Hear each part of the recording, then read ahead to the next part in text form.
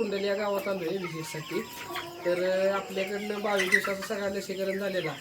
त्याची चोच वगैरे कटिंग करून आपण 100 पक्षी नुसता नर 80 रुपये याप्रमाणे दिलता.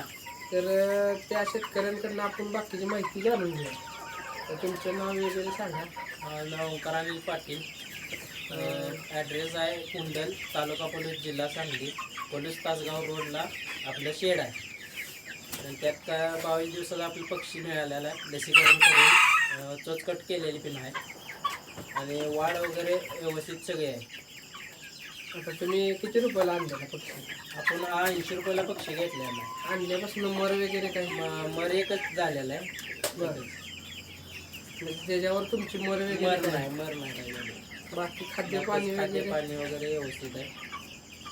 आता तुमचा 50 दिवसाचा पक्षी हे झालाय. हां, तर 50 दिवसाचा पक्षी आता म्हणजे बवती म्हणजे कोंबडं काय काय त्यातलं बवायला. तुरा वगैरे चांगला आहे. बाकीची तुम्हाला काय अडचणी वगैरे आता पक्षी घेतल्यापासून काय नाही? पक्षी चांगला आहे आपलं. चालते. आता तरी वाढमध्ये बऱ्यापैकी चांगले आहे. हो, बघाय बऱ्यापैकी चांगलं आहे. पक्षी दाखवा तिकडे.